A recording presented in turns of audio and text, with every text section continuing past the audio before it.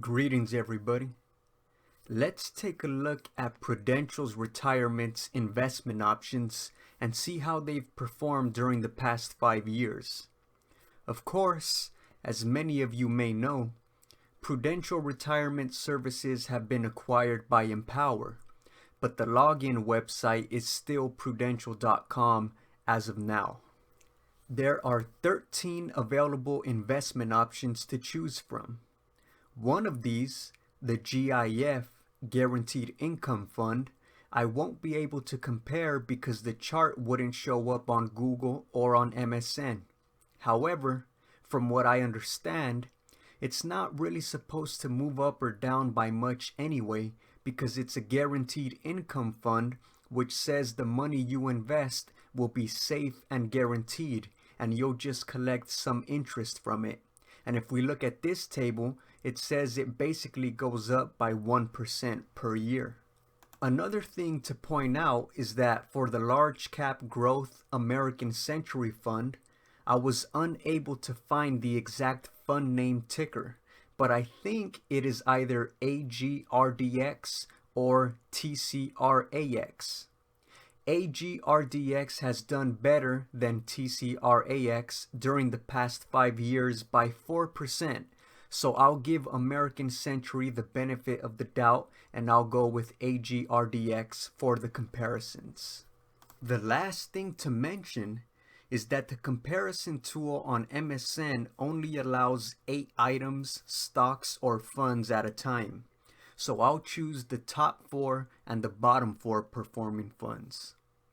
And the results are that during the past 5 years, PEMGX, ACSTX, JDEAX, and AGRDX are the top 4 performers, and OPMSX, LBNDX, PDBAX, and PEEAX are the worst 4.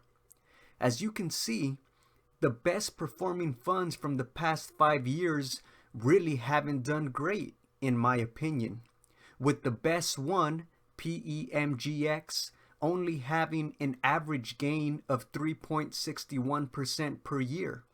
And the worst fund from the past 5 years, PEEAX, has averaged losing negative 13% every year.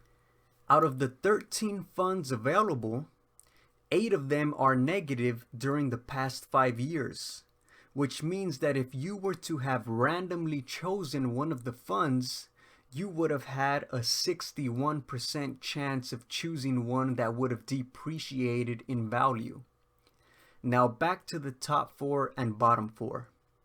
Let's remove LBNDX since its return is very similar to OPMSX, and let's add the S&P 500. As you can see, the S&P 500, which is the pink line at the top, has outperformed all of the funds during the past 5 years. If you compare the S&P 500 to the best performing fund, PEMGX, the S&P has outperformed it by 35%. And if you compare the S&P 500 to the worst performing fund, PEEAX, it has outperformed it by 120%. Some people might say that I've chosen one of the worst times to look at these charts, since 2022 has been a bear market. But we're not just looking at their 2022 performance, we're looking at the whole past 5 years, which included some bull run years, which I think makes it an okay comparison. In my next video, I'll show how these funds have performed over their lifetimes. That is, what their average yearly returns are since they first began.